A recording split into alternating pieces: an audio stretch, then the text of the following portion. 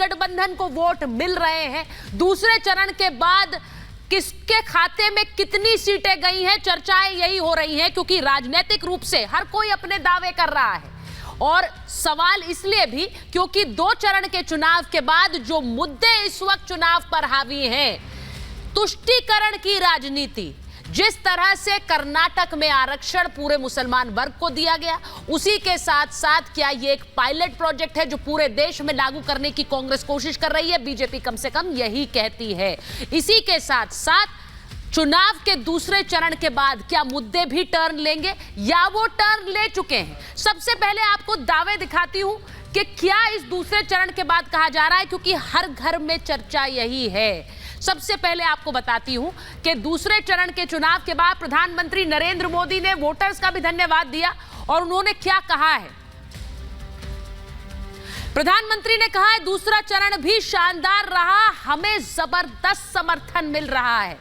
वो ये कह रहे हैं कि एनडीए को मिलता साथ विपक्ष को निराश कर रहा है, यानी सरकार बन रही है हमारी।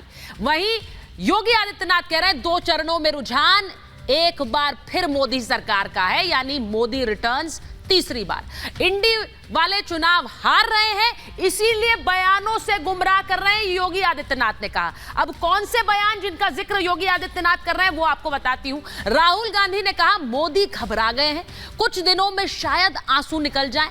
वो ये बयान अपनी सभाओं में दे रहे हैं। वो कह रहे हैं मोदी जानते हैं कि इलेक्शन उनके हाथ से निकल गया है। राहुल गांधी का यह बयान क्या प्रभाव डाल रहा है वोटर पर। अखिलेश यादव कह रहे हैं जिनका 400 पार नारा ही हारा वो क्या जीतेंगे, यानी अखिलेश कह रहे हैं ये नारा हार चुके हैं, नारा दे भी नहीं रहे हम। जनता ने बीजेपी का बोरिया बिस्तर झोला बांध दिया है, ये अखिलेश यादव कह रहे हैं। और वहीं तेजस्वी यादव का कहना है कि दूसरे चरण के बाद पूरी बीजेपी डिप्रेशन में आ गई है।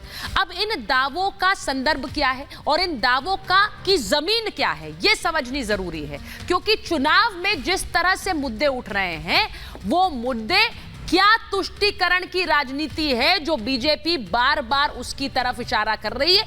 ये आप देखिए इस चुनाव में हो क्या रहा है। बंगाल में क्या हुआ है, शाहजहां शेख के करीबी के घर हथियारों का जखीरा मिला। ये हथियार जो आप देख रहे हैं ये असली तस्वीर है। यहां एनएसजी और सीबीआई ने हथियार प्लांट किया। अब टीएमसी उल्टा सीबीआई पर आरोप लगा रही है। वो कह रही है कि जो सीबीआई है और एनएसजी है इन्होंने ये हथियार प्लांट किए, ये शाहजहां शेख से इसका कोई लेना देना नहीं है। अब ये क्यों कर रही है टीएमसी? क्या खास वोट बैंक को लुभाने की कोशिश है? राष्ट्रीय सुरक्षा को मद्देनजर भी नहीं, राष्ट्रीय सुरक्षा को दरकिनार करते हुए सीए एनआरसी लागू नहीं होने देंगे, ममता पहले ही कह चुकी हैं। तो क्या पश्चिम बंगाल में तुष्टीकरण की राजनीति हावी है?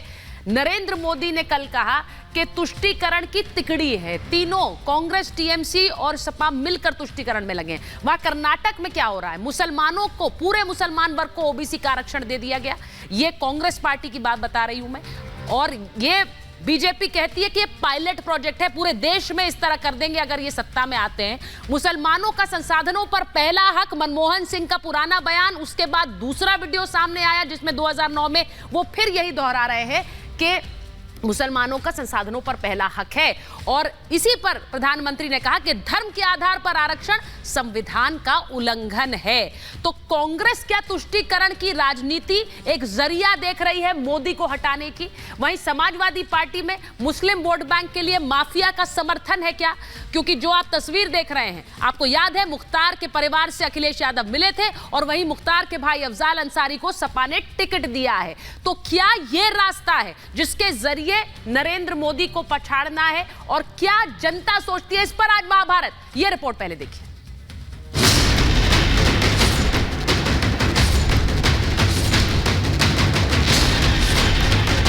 टीएमसी और कांग्रेस के जोड़े रखने का सबसे बड़ा चुंबक है तुष्टीकरण।